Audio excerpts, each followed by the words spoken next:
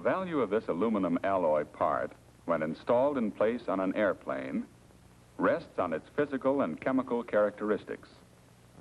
Through heat treatment, these characteristics can be improved to produce a part which, although it has the same appearance as before,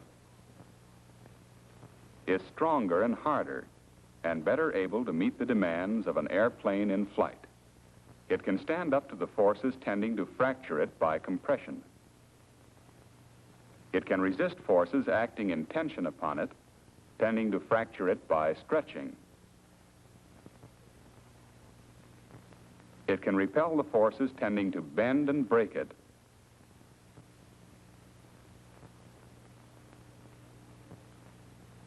And it can more successfully resist corrosive attack by the elements.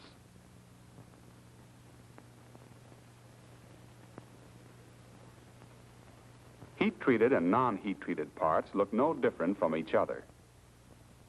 Since changes in physical and chemical properties do not strike the naked eye, they are measured indirectly by testing instruments and studied by examination of alloy specimens under the microscope. The changes in the metal's properties are reflections of changes in the metal's internal structure. An understanding of the aluminum alloy's crystal grain structure, shown in this photomicrograph, is essential to an understanding of the heat treatment process and its accompanying property changes. Crystallization occurs in the initial production or casting of aluminum and aluminum alloys and is the physical root of the metal's characteristics. As the molten metal is cooled to its freezing point, groups of atoms join together at various points throughout the liquid to form small individual lattices or unit cells of solid material. The single lattice or unit cell is conceived to be cube-shaped, with atoms of the metal arranged in regular order, one at each corner and one in the center of each face of the cube. Aluminum unit cells are classified as the face-centered cubic type.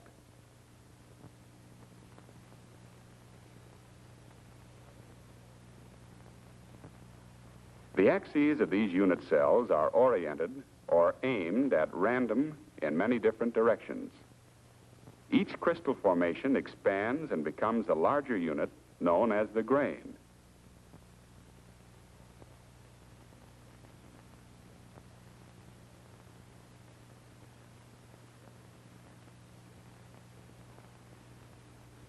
In growing, adjacent grains make contact, interfering with the free growth of the outermost cells. These cells, sheared and broken during growth, give the grain its jagged and irregular shape, although the body of the grain is regular and crystalline. It is the grains and their boundaries that constitute the network structure shown in the photomicrograph of an aluminum alloy specimen.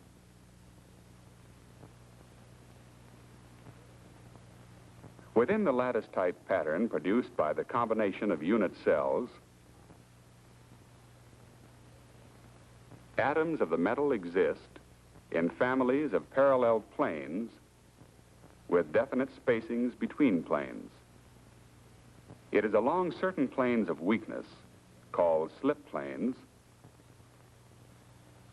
that gliding or slipping may occur when the lattice structure is subjected to a load. The plane along which slip is most likely to occur is generally the one with the greatest atomic population and the largest spacing between it and its parallel neighbor. These are important slip planes, along which movement may take place in the aluminum crystal. The process of slip or deformation of the metal begins with application of a load or force and the distortion of the lattice structure under that load. When the load exceeds the elastic limit of the metal, blocks of the crystal lattice begin to slide over each other.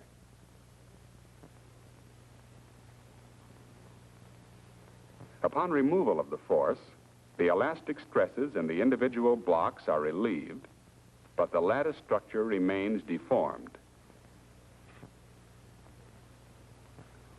Continuance of the force beyond the metal's ultimate strength would result in rupture or failure of the metal.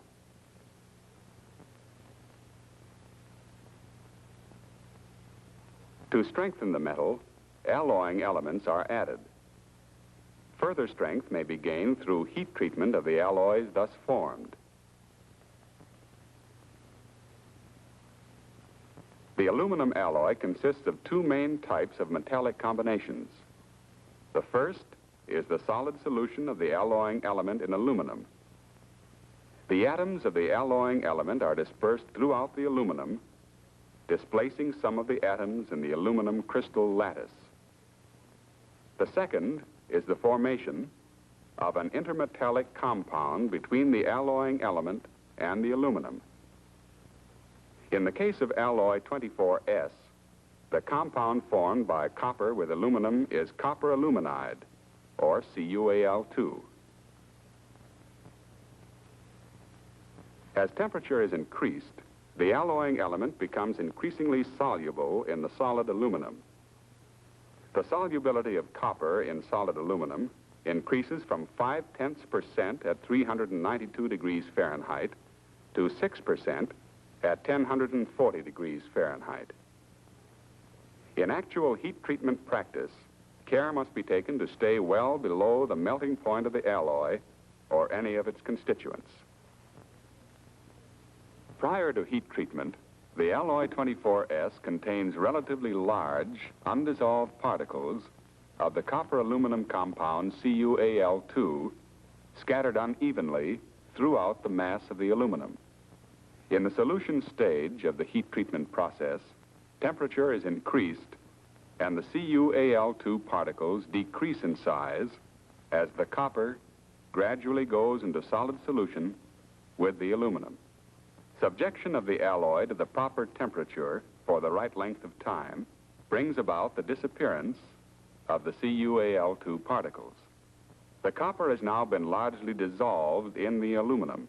The solid solution is now retained or captured by a quick quench, which provides rapid cooling of the alloy. However, at room temperature following the quench, fine submicroscopic particles of CuAl2 begin to precipitate out of solution and to disperse evenly throughout the metal. These particles represent the copper brought into solution at higher temperatures and which the aluminum is unable to retain in solution at room temperature. Many of these precipitated particles are distributed along the slip planes or planes of weakness.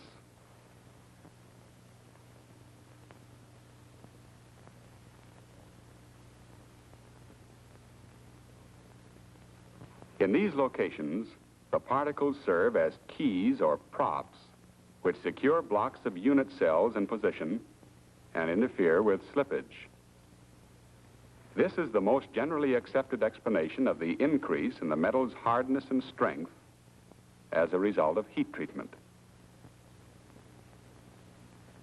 The extent of change in physical properties may be judged by testing the aluminum alloy before heat treatment in the S condition and after heat treatment in the ST condition.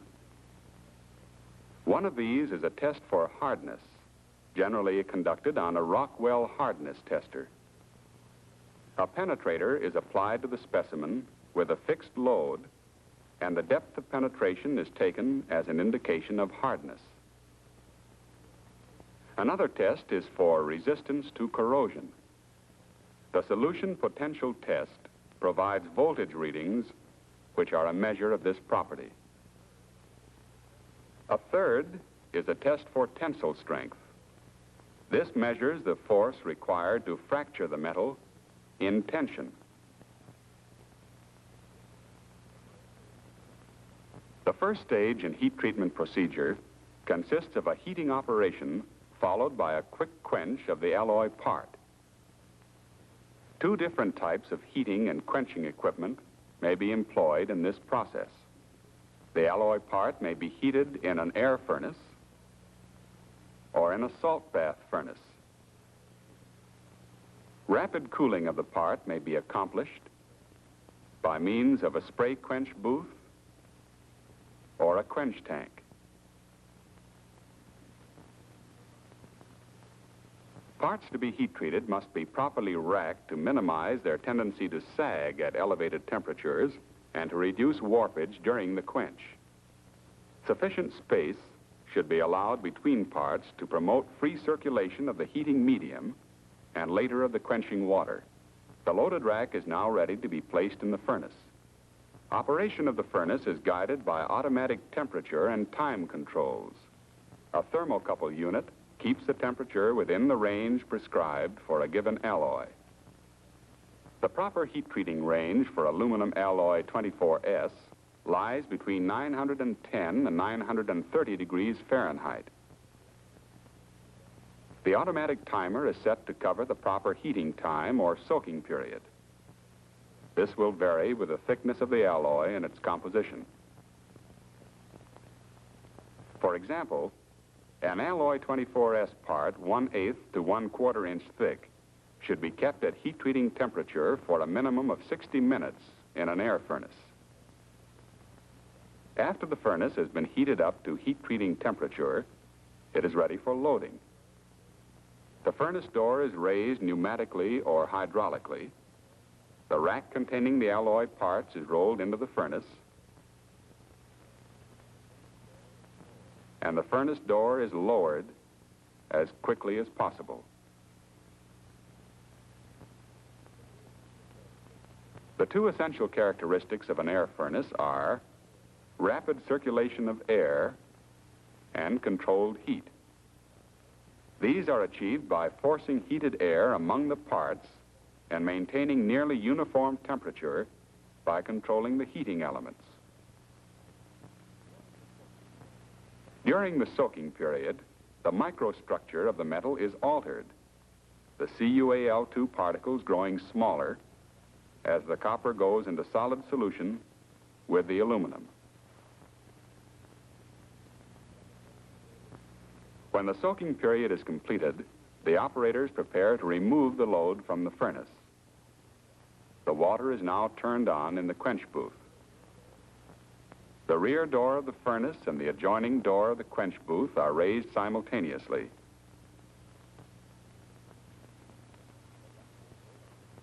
The rack is pulled out of the furnace and into the spray quench booth. The transfer from furnace to booth should be as rapid as possible, taking no more than a few seconds.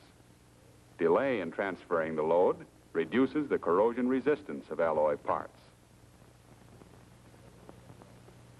The load of alloy parts is quenched by the cold spray for a period of several minutes. The water accumulates at the bottom of the booth and is carried away through drainage pits to be used over again in quenching. The microstructure of the metal now shows most of the copper dissolved in the aluminum. The quick quench captures or holds the solid solution in this condition. After a load is removed from the furnace, an inspector checks the pyrometric control record to make sure that the load has been within heat treating temperature limits throughout the soaking period. Use of the salt bath as well as the air furnace requires correct racking of parts and setting of controls. After this has been done, the load is heated in the salt bath. At the end of the soaking period, the alloy parts are rapidly removed from the bath, transferred to the quench tank, and immersed in the cold water. The parts are then rinsed in the rinse tank, where the salt is washed away. Both quench tank and spray booth operations may cause distortion of the alloy parts, resulting from the swift drop in temperature. Hand hammering of the parts may be employed at this point to remove much of the warping caused by the quick quench. In aging, some of the copper precipitates out of solution in uniformly distributed particles of fine submicroscopic CuAl2. In the case of alloy 24S, precipitation occurs at room temperature, about 70 degrees Fahrenheit, and is practically complete in 1 day. Certain alloys age very slowly at room temperature. To speed this process, they may be reheated in an air furnace. For example, alloys 53S and 61S are aged at a temperature of from 315 to 325 degrees Fahrenheit for a period of from 12 to 18 hours. Through refrigeration, age hardening may be retarded in order to keep parts soft enough for forming operations. For example, by refrigerating 24S rivets, their driving characteristics may be retained for several days. If we take sample tests of the properties of a typical aluminum alloy 24S part in the ST or heat-treated and aged condition, we will obtain a measure of the improvement in the metal's physical characteristics as a result of heat treatment. We might find, for instance, that the tensile strength of the aluminum alloy part has risen from 30,000 pounds per square inch to 60,000 pounds per square inch.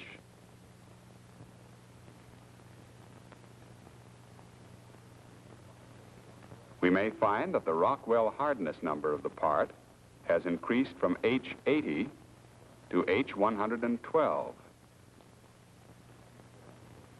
And we would also find that the alloy's resistance to corrosion has increased, as shown by a change in solution potential test reading from minus 0.710 millivolt to minus 0.670 millivolt.